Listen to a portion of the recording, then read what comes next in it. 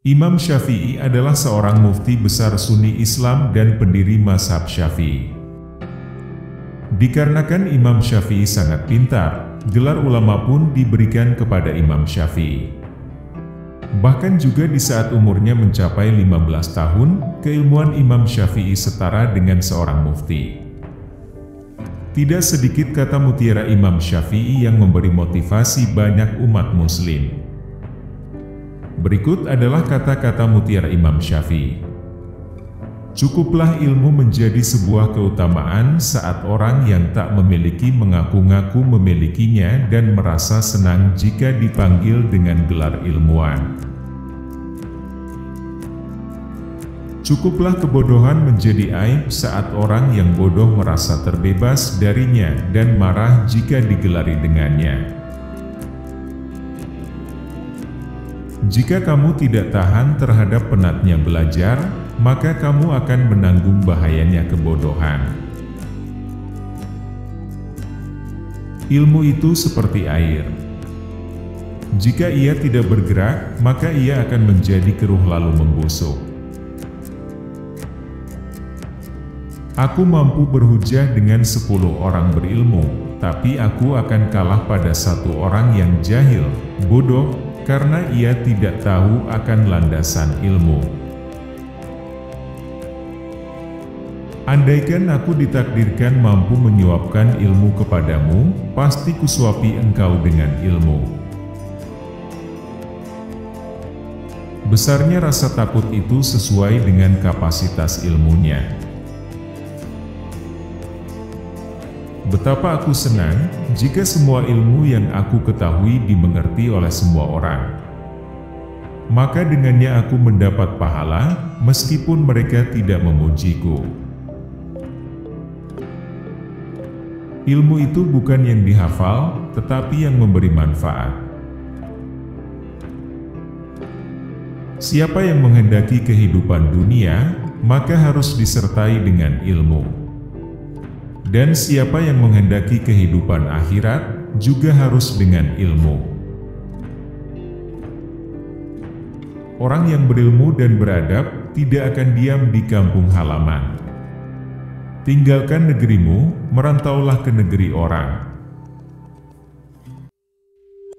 Ilmu tidak akan dapat diraih kecuali dengan ketabahan. Ilmu itu adalah sesuatu yang bernilai positif, bukan yang menempel di kepala.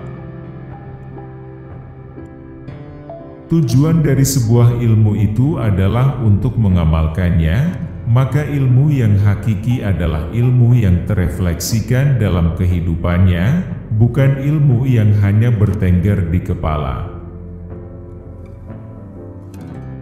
Pekerjaan terberat itu ada 3. Sikap dermawan di saat keadaan sempit, menjauhi dosa dikala sendiri, berkata benar di hadapan orang yang ditakuti. Pilar kepemimpinan itu ada 5, perkataan yang benar, menyimpan rahasia, menepati janji, senantiasa memberi nasihat, menunaikan amanah. Tiada kesusahan yang kekal, tiada kegembiraan yang abadi, tiada kefakiran yang lama, tiada kemakmuran yang lestari. Jika terdapat banyak kebutuhan yang harus dipenuhi, maka mulailah dari yang terpenting dan mendesak. Barang siapa mengadu domba untuk kepentinganmu, maka dia akan mengadu domba dirimu. Dan barang siapa menyampaikan fitnah kepadamu, maka ia akan memfitnahmu. Jika ada seorang yang ingin menjual dunia ini kepadaku dengan nilai harga sekeping roti, niscaya aku tidak akan membelinya. Kaji dan dalamilah sebelum engkau menduduki jabatan, karena kalau engkau telah mendudukinya, maka tidak ada kesempatan bagimu untuk mengkaji dan mendalaminya. Manusia yang paling tinggi kedudukannya adalah mereka yang tidak melihat kedudukan dirinya, dan manusia yang paling banyak memiliki kelebihan adalah mereka yang tidak melihat kelebihan dirinya.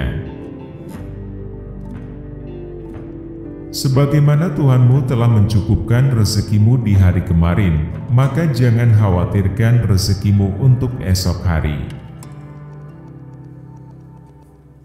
Bumi Allah amatlah luas, namun suatu saat apabila takdir sudah datang angkasa pun serasa sempit. Bekal paling merugikan untuk dibawa ke akhirat adalah permusuhan. Doa di saat tahajud adalah umpama anak panah yang melesat tepat mengenai sasaran. Silakan hina diriku sepuas kalian, aku akan tetap diam saja. Bukannya aku tidak punya jawaban, tapi singa tidak akan membalas gonggongan anjing. Singa jika tidak keluar dari sarangnya, ia tidak akan mendapatkan makanan. Begitu juga dengan anak panah, jika tidak meluncur dari busurnya, anak panah tersebut tidak akan mengenai sasaran. Biarlah mereka bersikap bodoh dan menghina, dan tetaplah kita bersikap santun. Gaharu akan semakin wangi ketika disulut api. Engkau takkan mampu menyenangkan semua orang. Karena itu, cukup bagimu memperbaiki hubunganmu dengan Allah, dan jangan terlalu peduli dengan penilaian manusia. Banyak orang yang telah meninggal, tapi nama baik mereka tetap kekal. Dan banyak orang yang masih hidup, tapi seakan mereka orang mati yang tak berguna. Jadikan akhirat di hatimu, dunia di tanganmu, dan kematian di pelupuk matamu. Barang siapa mengaku dapat menggabungkan dua cinta dalam hatinya, yaitu cinta dunia sekaligus cinta Allah, maka dia telah berdusta.